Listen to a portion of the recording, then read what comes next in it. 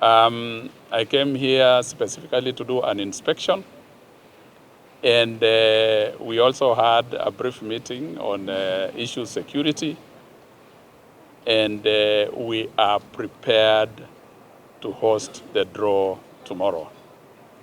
We've looked at 3 areas specifically. We're looking at the event management here, and we've been told that it is now ready, being prepared. We have a dry run this afternoon just to ensure that everything is in order. And we are doing this because of the kind of guests that we expect to have tomorrow. I have spoken to the Minister for Sports, Tanzania, this morning. He's traveling this afternoon to Kenya with his team. I've also spoken to the Minister for Sports, Uganda.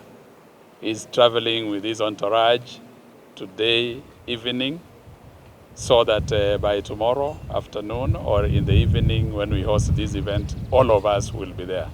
And as you are aware, this event will be graced by none other than the head of state, His Excellency, the President, Dr. William Ruto, and of course the President of CAF, Dr. Motsepe.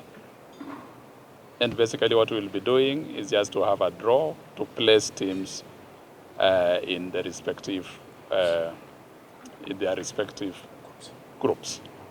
I think members of the press, we have, before I conclude, I also want to emphasize the aspect of preparation for the championship. I would have had the President FKF with me here, but then as a LOC, they will be able to tell you that we are preparing in all aspects to ensure that, number one, after we've had the draw tomorrow, as a government also, and FKF, we have organized in a manner that all the venues are ready. And when we inspected the Kasarani, Nyayo, and the training fields, I was told by those who know how to play football that even if you held a match today in any of those training fields or the competition centers themselves, you can be able to play a match, whether it is during the day or during the evening or at night. And therefore, insofar as preparation for the CHAN, we are quite good. We are just waiting to be put into our respective groups tomorrow and then wait for the tournament or the championships later. We are very proud to be the host of this draw tomorrow, and that is why the leadership of this country will be present to show his support for the championship, number one, and number two, the togetherness that we've had with the 3 East African countries ever since we were given to host these championships. And this is a precursor to AFCON, as we all know. And therefore, when we succeed in what we are doing now, we are assured that AFCON will be very successful.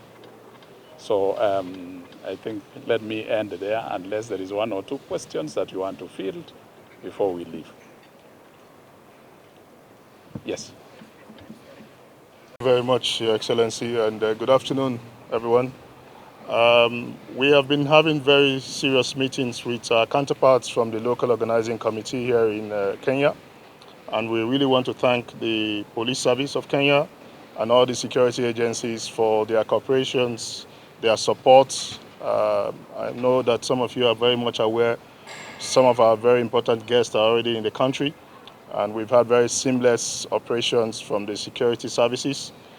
We are still fine-tuning for the final for tomorrow, and we have confidence in the plans that have been put in place. However, we only would want to advise people that access to this place tomorrow will be strictly by invitation, and also your vehicles must have the vehicle access pass. If you don't have the vehicle access pass, you are not allowed to come to KICC tomorrow. If you don't have invitations, you are not allowed to come to KICC tomorrow. So this is very important so that we avoid any problem at the gates. But we look forward to Kenya hosting Africa and the world in a very wonderful draw tomorrow. We have no doubts in the preparations from the various security agencies. As I said, we've had several meetings and we will continue even up until tomorrow. and hopefully welcome Africa to Kenya and Nairobi in particular. Thank you very much for your time. Thank you.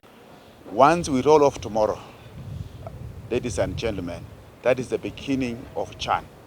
And we want to assure you, through the support of the PS and the government of Kenya, we have done everything possible to organize this event. Please help us to promote this competition as East Africa, as Kenya, to promote this competition so that when we host AFCON 2027, this will be a benchmark for us to show the world that we are able to organize this competition. So we are counting on your support. We are counting on your promotion to make this event, tomorrow's event, and the CHAN competition a success. Thank you.